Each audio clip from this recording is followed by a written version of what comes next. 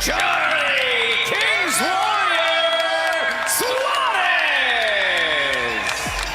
Emmanuel Vaquero Navarrete!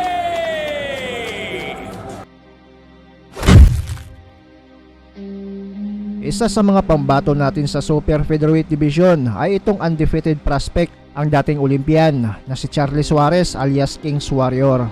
May record ito na 18 wins, 0 loss, 10 via knockout.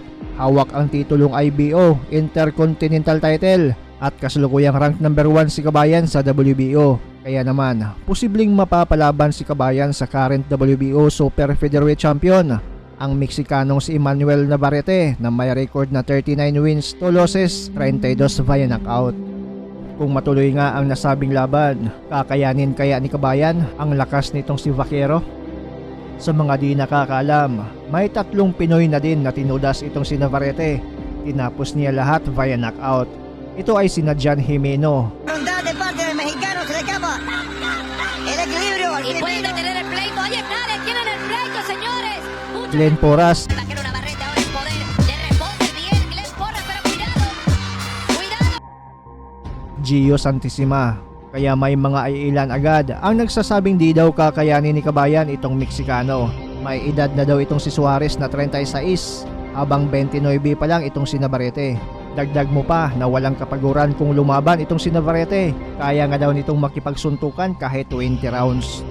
Kaya dihado agad si Charlie Suarez sa mata ng mga analyst.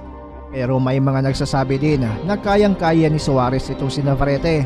Batak na din daw kasi ito sa amateur. Kaya kung experience ang pag-uusapan ay di naman daw nagpapahuli itong si Kabayan. Sa mga di nakakaalam ay may undefeated champion na din na tinudas itong si Charlie Suarez. Kahit sobrang dihado si Kabayan noon ay dinayo pa din niya ang baluarte ng kalabang champion para talunin ito at kunin ang mga titulo. Kaya bago matuloy ang bakbakan ni Charlie Suarez kontra dito kay Navarrete, ay balikan muna natin ang laban ni Suarez na kung saan na-upset niya ang undefeated champion na si Paul Fleming para kunin ang titulong WBC Asia at IBF at IBO Intercontinental Super Featherweight title na nangyari noong March 2023. Ginanap ang laban sa mismong baluarte ng kalaban sa bansang Australia.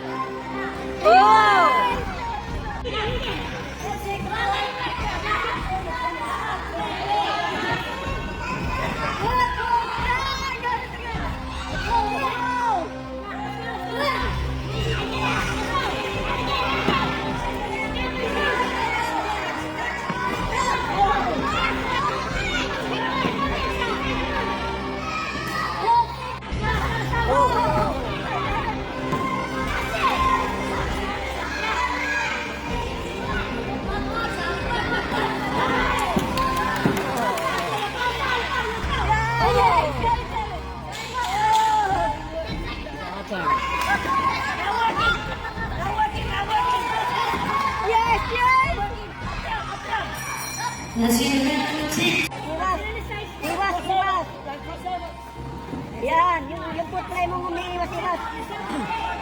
Sena, stay on the ground. Don't cross over. Come on, work now.